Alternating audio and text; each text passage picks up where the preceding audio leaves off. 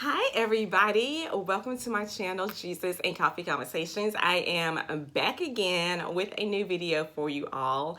I know that I did not post last week. I was sick and I am still getting over a slight cold, but I am back and I am so happy to be with you guys again. Today I'm going to be telling you guys about my story and how I got to where I am today. And I figured I would do this video because I have been on YouTube for an entire year now, and I am super excited about that. It doesn't even feel like I've been on here for an entire year, but I have. And thank you so much to all of my subscribers. I truly appreciate you all. And thank you to those of you that reach out to me on Instagram or you see me out in public and you come up and say things. I truly appreciate it and love you all. So I'm gonna get started with my story. And my story, it's kind of like a testimony too, and just, to talk about how faithful God truly is.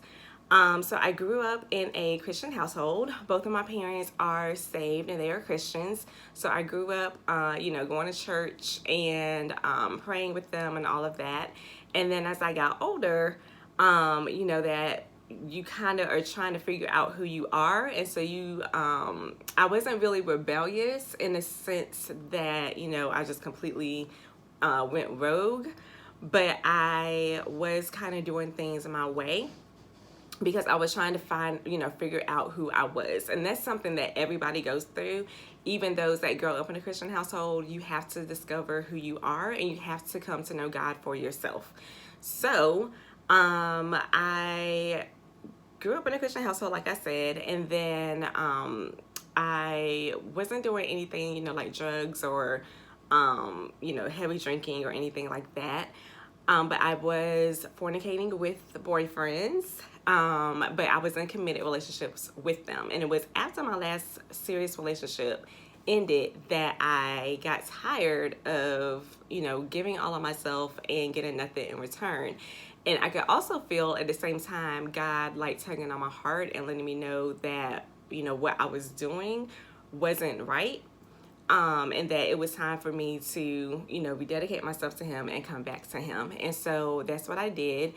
And I made the celibacy vow commitment that I would remain abstinent until I got married. I had a couple slip ups here and there in the beginning because of soul ties and, all of that. But then I got really serious about it and I got saved and rededicated myself to God. And he opened the door for me at a bank, a well-known bank, to be a teller.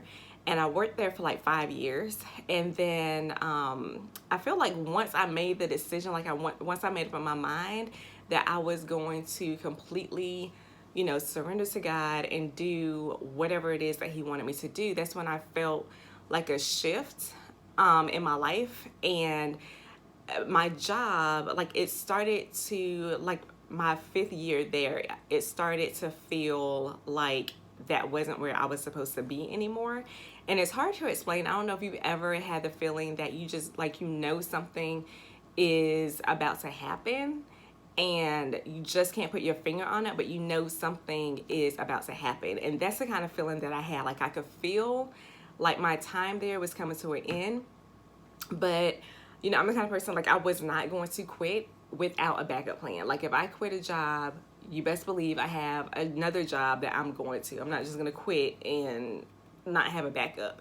And God knew that. And so he started to let things happen so that I would get pushed out the door into the direction that he wanted me to go. And so what happened was, I'll go into a little bit of that. Not going to say names or anything.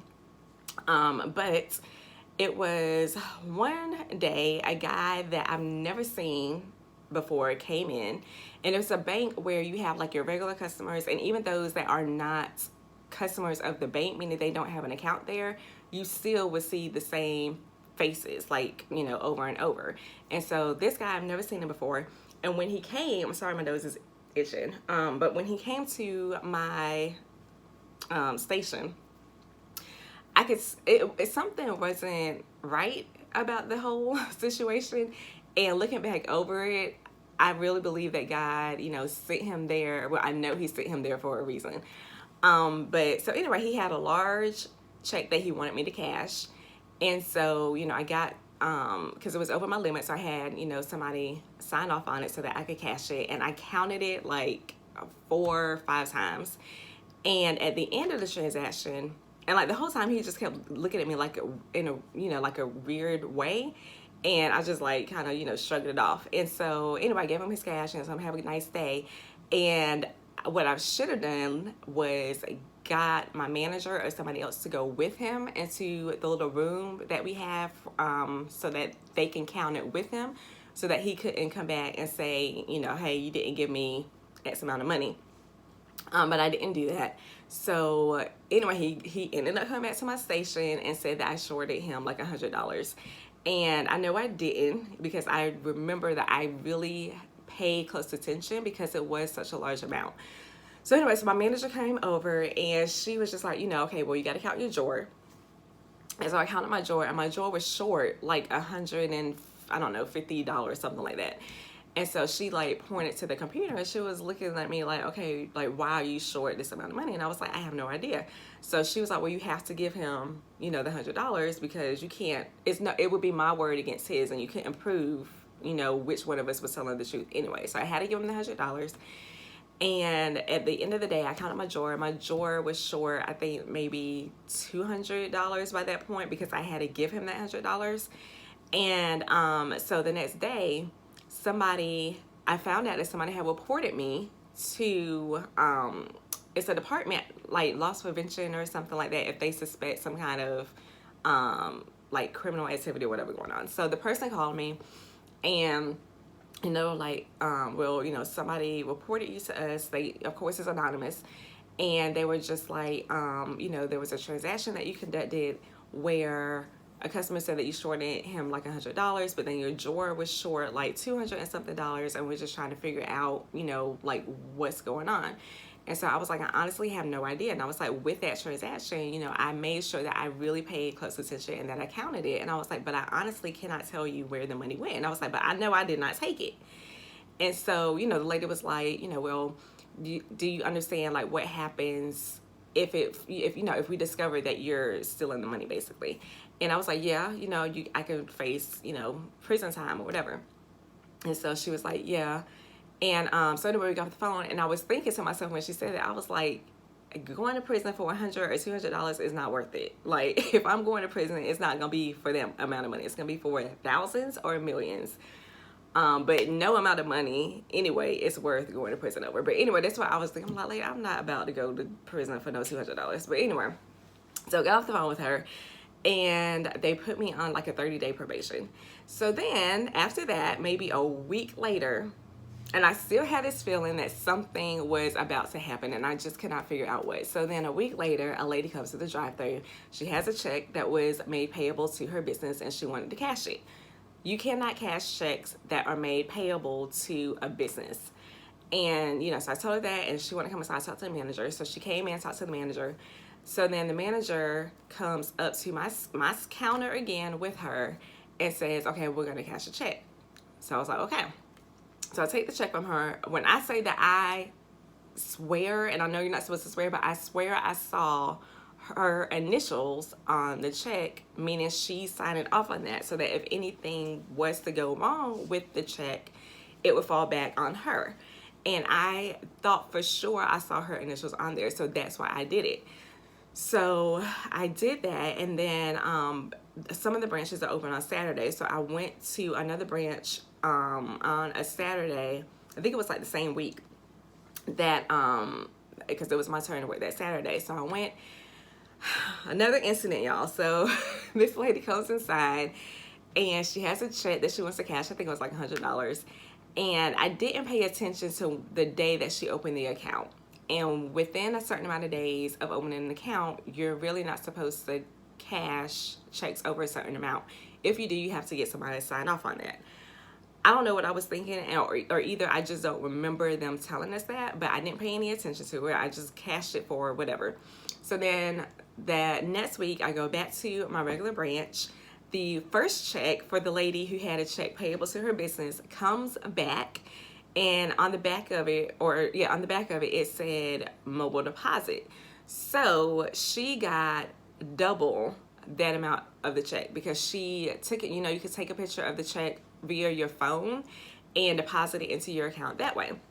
And that's what she did. And then she came in and cashed it. And so anyway, they were like, okay, like you're out 100, I think it was like 100 something else, I don't remember, but you're out this amount of money because she had already did a mobile deposit on this check and you cashed it and nobody signed off on it. So it was my manager's word against mine.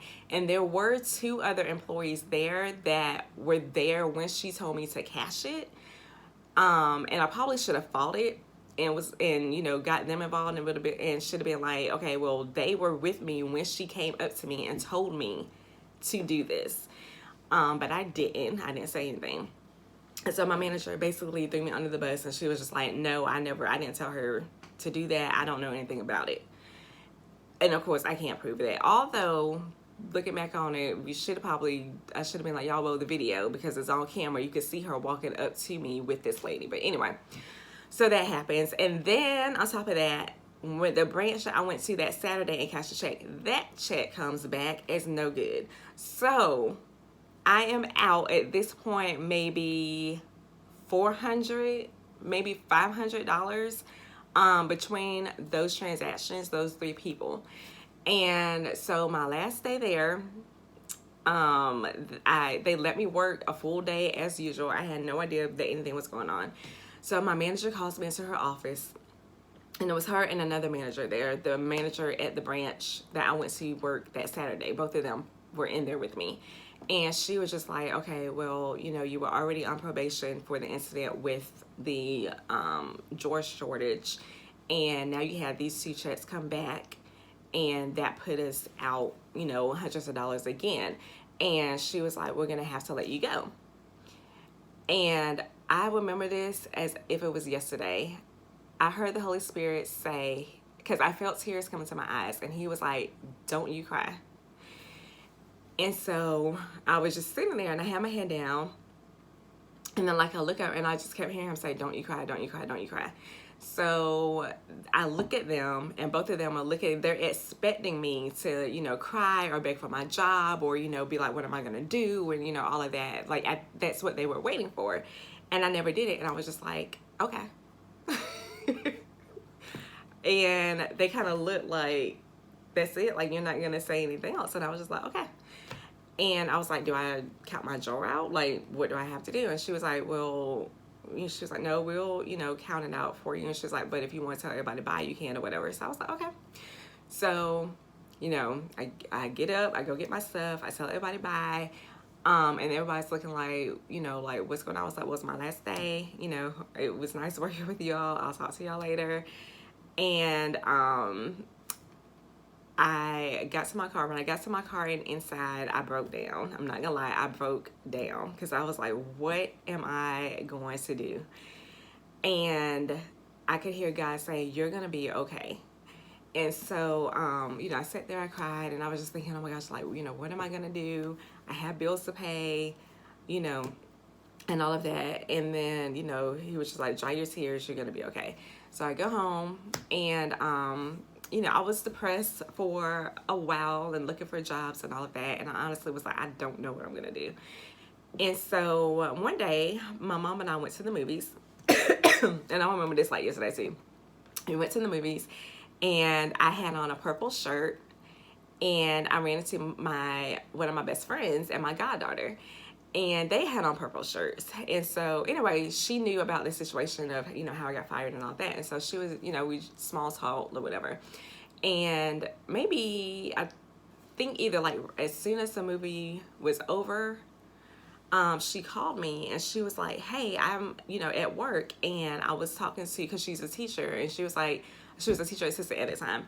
And she's like, you know, I'm at work and I was talking to my principal, and they're looking for another teacher assistant, and I mentioned you, and she wants to interview you like right now.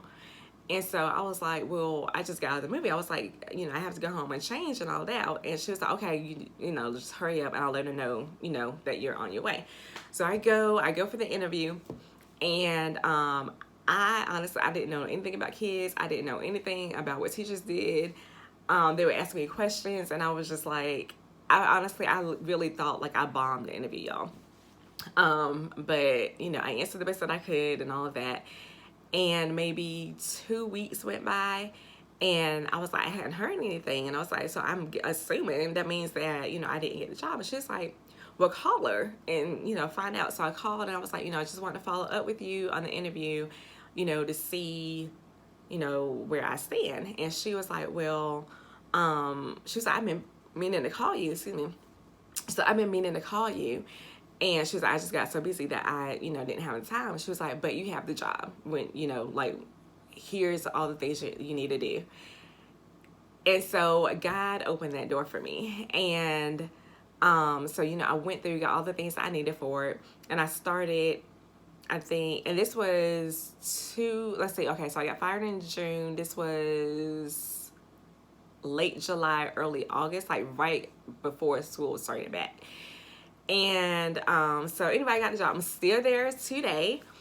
And that is another testimony, because I, was praying about, because I wanted my own classroom to be the teacher, the lead teacher, the head teacher. And so, and there was a point that I was like, I really didn't know if that's what I wanted to do. Like, I kind of was going back and forth with it. And then God, within this past year, has completely opened so many doors for me with this career opportunity. And like, I'm the teacher of my own classroom now. I teach kindergarten. And like before that, I was talking to like the assistant principal, and she was like, well, if there's anything, that I could do for you, let me know, whatever. And I was like, well, I'm working on, getting my education degree because I want to be a teacher. And I was like, just keep me in mind. And she's like, okay. So then when she became principal, I was like, hey, I still, want my own classroom or whatever. And like this summer, like right when school was getting out, I was still a teacher assistant. She came to me and she was like, are you still interested in being a teacher, like having your own classroom? And I was like, yeah. And she's like, okay. She's like, I'm going to recommend you for a teacher position. And when I tell you that I was so excited, and I was just like, oh my gosh, God, you are so faithful. Like, I did this job. This is my, let's see, 13, 14, 15, 16, 17, 18. This is my 6th year.